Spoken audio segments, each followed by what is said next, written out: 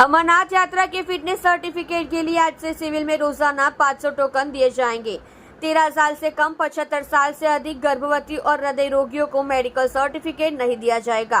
पुराने trauma centre के ground floor पर सुबह 9 से 12 बजे के बीच सर्टिफिकेट दिए जाएंगे।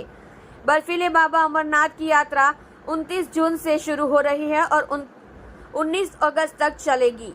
चुनाव के कारण दौरे की अवधि 60 दिन की जगह 45 दिन की रखी गई है। यात्रा पर जाने वाले श्रद्धालुओं के लिए फिटनेस सर्टिफिकेट अनिवार्य है।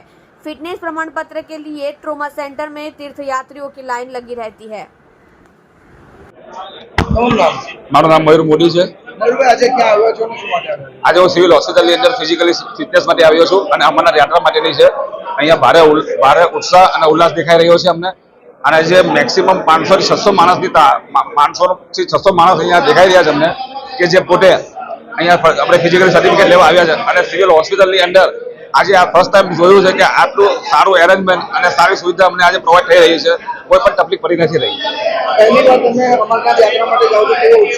આજે પહેલી વાર અમારી યાત્રા જાઉં છું અને ફૂલ ઉત્સાહથી આજે જોઉં છું કે 500 થી 600 માણસનો ગ્રુપ અહીંયા આજે પહેલા જ દિવસે ઘસારો જોવા મળી રહ્યો છે મને। તમારું નામ? દિવ્યા। આજે શા માટે અહીંયા આવ્યા છો? હેલ્થ ચેકઅપ માટે।